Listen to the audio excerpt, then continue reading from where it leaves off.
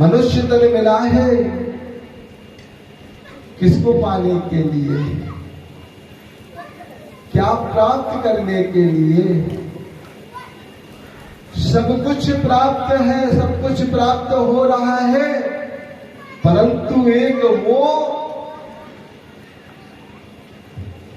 प्राप्त होते हुए भी अप्राप्त सा लग रहा है, जबकि उसी से सब कुछ प्राप्त हो रहा और सब कुछ मिल रहा, पर वही अमिला सा दिख रहा, अमिला सा। मान लो उसी की हम तलाश में है, वो क्या है, परमात्मा।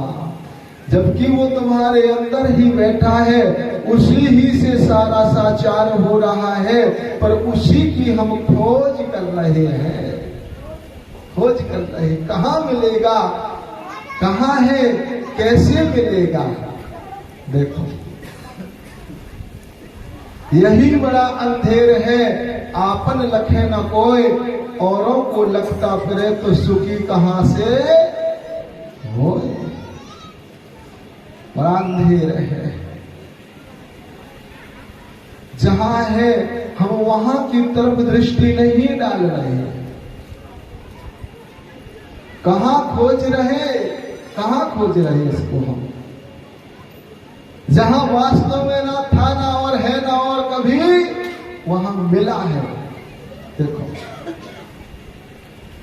नाभि में है कस्तूरी की खुशबू, किसके, मृग की। ईमानदारी से बताओ, जंगलों में भागता है, पहाड़ों में भागता है, झरनों में भागता है, क्यों, बोले इधर से खुशबू आ रही, इधर से खुशबू आ रही, पर खुशबू कहां से आ रही थी, खुशबू तो नाभि से आ रही थी। सच बता रहे हैं, पूरा का पूरा सारे आनंदों की अनुभूति आत्मा से हो रही है, आत्मा से। देखो अच्छा, सूर्य को कौन देखता है, इस दुनिया को कौन देखता है, आंख देखती है ना, आंख देखती है, परंतु आंख से भी कोई दूसरा प्रकाश बह रहा है। यदि आंख देख रही होती तो मुर्दे की भी आंख होती है, वो भी देख लेती ना, पर इस आंख को भी कोई प्रकाश देने वाला छिपा हुआ है। देखो हमारे महापुरुषों ने कहा है, जो लख में नहीं आता उसको लखा देता है कौन, सतगुरु। सतगुरु ने अलख लखाया है, सतगुरु ने अलख था, पर वो लखने में नहीं आता था, पर किसने लखा दिया, बोले गुरु ने लखा दिया। कहीं से लाके प्राप्त नहीं कराया, प्राप्त हुई वस्तु की सिर्फ पहचान कराई। पहचान कैसे कराया, जैसे तिली में तेल, काठ में अग्नि, बोले दूध में घी समाया है, सतगुरु ने अलख लखाया है। सतगुरु ने, काठ में अग्नि है, दूध में घी है, दिखता नहीं है, नहीं दिखता, तो दिखता नहीं है तो क्या नहीं है। सूर्य की किरणों में भी जल है, पर दिखता नहीं है, नहीं दिखता तो क्या नहीं है। देखो तो ऐसी लगा देते हैं तो वो कहां से पानी निकलने लगता है।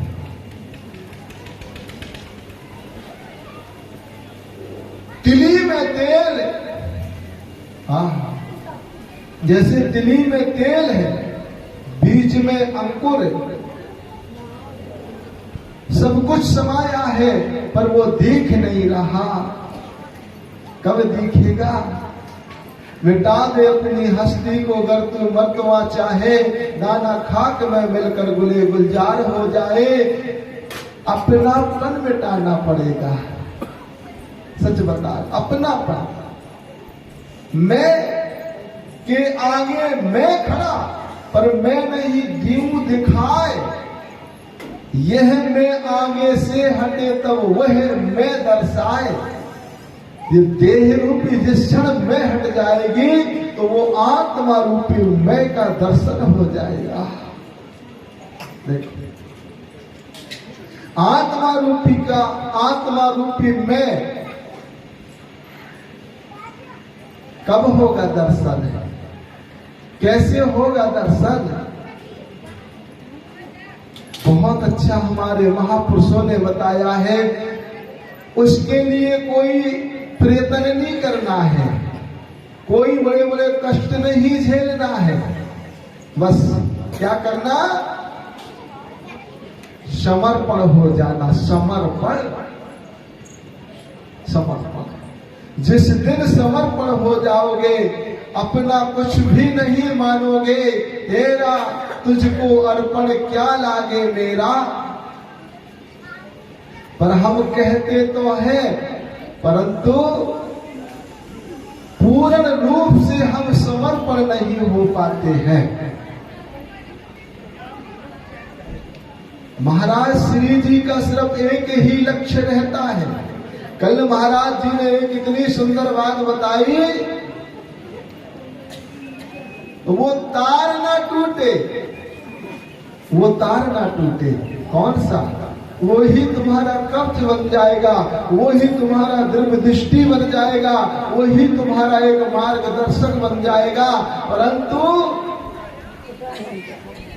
कोई भी दुनिया में ऐसा काम नहीं है जिसको हमें बताना पड़े। अपने आप सारी दुनिया हर काम कर रही है, पर एक ही है वो जिसके लिए प्रेरित करना पड़ता है, जिसके लिए मंच लगाना पड़ता है, जिसके लिए इन महापुरुषों को बुलाना पड़ता है। हर काम लोग हर प्रकार से लगे हैं, हर प्रकार के काम कर रहे हैं, परंतु जो वास्तव में काम करना था उसके लिए गुरुजनों को बुलाना पड़ता है, बड़े बड़े मंच लगाना पड़ता है। वो कौन? आत्मा और परमात्मा की पहचान कराने के लिए गुरुजनों को बुलाना पड़ता है। परमात्मा से मिलाने के लिए कोई ऐसे महापुरुषों को बुलाना पड़ता है, और आप लोगों को बार बार समझाना पड़ता है, प्रेरणा देना पड़ती है कि परमात्मा की प्राप्ति के मार्ग पर चलना पड़ेगा। परमात्मा को प्राप्त करने के लिए इन गुरुओं के चरणों में आना पड़ेगा। यही है एक तुम्हारे जीवन में जो वास्तव में प्राप्त करने के लिए ये जीवन मिला है। इसी जीवन से आप उस परमात्मा को पा सकते हो। आप जीवधारियों के लिए नहीं कहा गया, आप सत्संग में आओ, आप भजन कीर्तन करो। सिर्फ परमात्मा को प्राप्त करने के लिए भजन कीर्तन सत्संग करने के लिए सिर्फ एक मनुष्य जाति को ही कहा है। कहने पर भी नहीं हम कर पा रहे। देखो, जिस काम को हमें करना था वो कहने पर भी नहीं कर पा रहे, और जिस काम को नहीं करना चाहिए वो काम दिन रात बिना कहे हुए कर रहे हैं। जबकि भगवान को प्राप्ति करने के लिए ही तुम आए हो, परमात्मा की प्राप्ति करने के लिए ही ये मनुष्य तन मिला है। यदि ये अवसर चूक गए, क्या पता है फिर ये दोबारा अवसर मिलेगा कि नहीं मिलेगा। इसीलिए हमारे महापुरुषों ने कहा है, आप भला ही उसको जानो ना जानो, उसे खोजो ना खोजो, उसे मानो ना मानो, पर वो तुमसे कभी ना तो दूर हुआ है, ना वो तुमसे कभी दूर हो सकता है। वो सदैव तुम्हारे साथ है, सदैव तुम्हारे अंग संग है। कैसे है? लोग कहते हैं चलो मेला देखने चले। अच्छा, मेला कहाँ से आया? मेला किसने बनाया? मेला में कौन आया?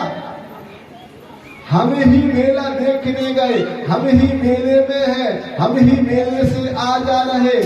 हमारे सिवा और दूसरा मेले में है कौन? हम ही देखने वाले, हम ही जाने वाले, हम ही आने वाले, हम ही मेला। हमारे सिवा कोई दूसरा है नहीं। जैसे एक बड़ी सुंदर बात बताया करते हमारे महापुरुष, ये सब खेल उसी का है जिसको हम परमात्मा कहते। ये सब खेल उसी का है। कैसा? एक नट ने खेल दिखाया, ये खेल है उसका। कैसा खेल दिखाया? सच्ची घटना बता रहे। एक नट ने खेल दिखाया, नट ने, और नट ने स्टेशन पर खेल दिखाया, झांसी के स्टेशन पर। स्टेशन मास्टर से कहा, बोले सुनो, मैं खेल दिखाने जा रहा हूँ, परंतु कोई जिम्मेदार हो। स्टेशन मास्टर बोला, किस चीज का जिम्मेदार? बोले मेरी पत्नी की रक्षा करने के लिए, क्योंकि देवासुर संग्राम चल रहा है और मुझे वहां युद्ध करने जाना, पता नहीं मैं वहां समर में जूझ ना जाऊं तो मेरी पत्नी की रक्षा कौन करेगा। स्टेशन मास्टर के दस्तखत हो गए, उनको सच्चा बात बता रहे। उसने कहा ठीक है, और यदि मेरी पत्नी गायब हो गई तो 5,000 रुपया जुर्माना लगेंगे। बोले स्वीकार है। उसने कच्चे धागे की अड़िया एक ऊपर की तरफ फेंक दी और वो अड़िया चली गई। कुछ दूर तक देखी और गायब हो गई, सिर्फ धागा लटकता दिखा। उस नट ने उस धागे को पकड़ा, कच्चे धागे को, और पकड़ के सीधा चढ़ता चढ़ता चढ़ता कुछ दूर तक देखा, फिर वो भी गायब हो गया। थोड़ी देर में एक पैर कट के नीचे आया, थोड़ी देर में हाथ कट के नीचे आया, पूरा अंग कट के नीचे, धड़ अलग, पूरा का पूरा उसका ढेर लगा है, अलग अलग पूरे अंग पड़े हैं। लोगों ने कहा अरे राम राम, ये तो मर गया, देवासुर संग्राम में जूझ गया। लोगों ने कहा लकड़ी लाओ, पत्नी चिल्लाई, लकड़ी इकट्ठी करी, आंखों के आगे उसको लकड़ियों में टुकड़े रख दिए और आग लगा दी, जल गई, जला दिया उसको।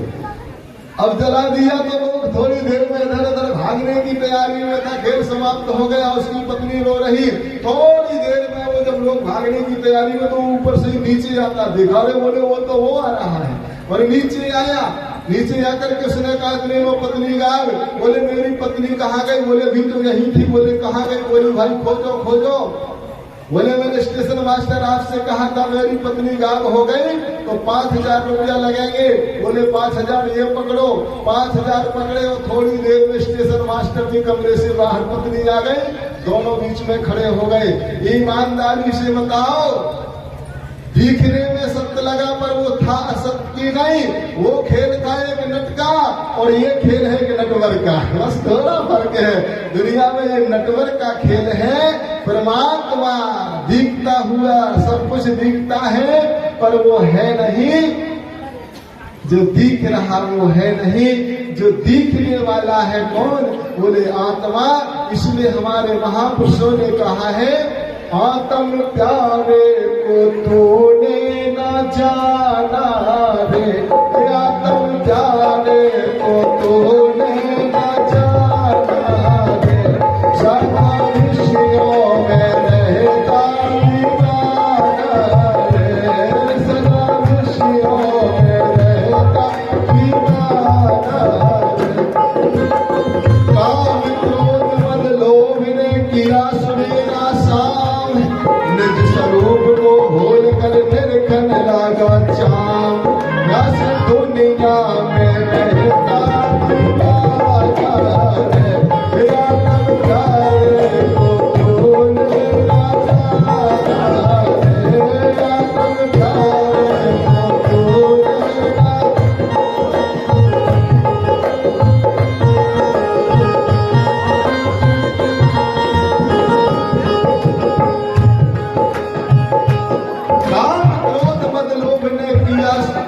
सुबेरा शाम निज स्वरूप को भूल कर निरखन लगा चाम। सच बता रहे हम, जितना वस्त्रों की देखभाल करते हैं उतने मन की परमात्मा की प्राप्ति कैसे होगी? बोले कोई प्राप्त हुए पुरुष की शरण में जाना पड़ेगा। कहा है जैसा करोगे संगे वैसा चढ़ेगा रंगे, जैसा खाओगे अन्न वैसा बनेगा मन, जैसा पियोगे पानी वैसी बोलोगे वाणी। एक भृंगु कीड़ा होता है, आम प्रजाति के कीड़े को अपने घर में बंद कर लेता है और ऊपर वो गुनगुन गुनगुन करता रहता है। एक दिन वो कीड़ा उसी कीड़े जैसे बोलने लगता है। अब जब हम गुरुओं का संग करते रहेंगे तो हम भी गुरुओं की वाणी बोलने लगेंगे, हम भी गुरुओं के जैसे आचरण जीवन में धारण कर लेंगे। तो जब ऐसे गुरुओं का संग करोगे तब जीवन में गुरुओं जैसे आचरण आएंगे, गुरुओं जैसा रहन सहन आएगा। इसलिए हमारे महापुरुषों ने अनेक बार संकेत यही किया है, भाई जे गुरु वचन पर डट गए, खट गए फंद 84 के। जो गुरु वचनों पर डट गए उनके सारे जीवन के फंद कट गए। तो इतना ही कहकर के वाणी को ओम शांति शांति। सच्चिदानंद भगवान की